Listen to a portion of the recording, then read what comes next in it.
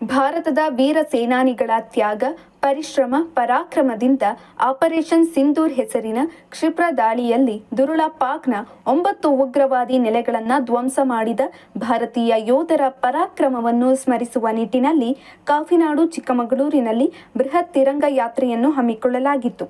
ಮಾಜಿ ಸೈನಿಕರು, ರಾಜಕೀಯ ಮುಖಂಡರು, ಹಲವು ಸಂಘ ಸಂಸ್ಥೆಗಳು, ಕಾರ್ಯಕರ್ತರು ಬೃಹತ್ ತಿರಂಗವನ್ನು ಹಿಡಿದು ನಗರದ ಎಂಜಿ ರಸ್ತೆಯಲ್ಲಿ ಬೃಹತ್ ತಿರಂಗವನ್ನು ಹಿಡಿದು ಸಾಗುವುದು ದೇಶಾಭಿಮಾನದ ಪ್ರತೀಕದಂತಿತ್ತು.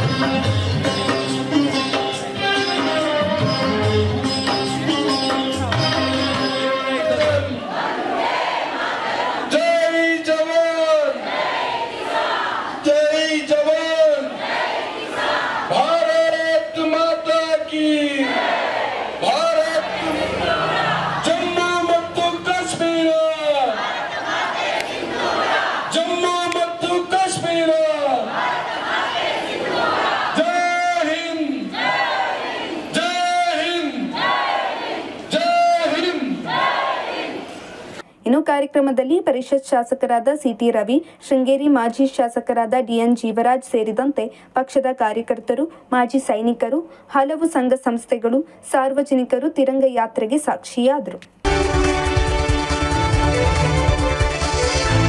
ಐಸಿರಿ ಟುಡೇ, ವಾಯ್ಸ್ ಆಫ್ ಡೆಮೋಕ್ರಸಿ.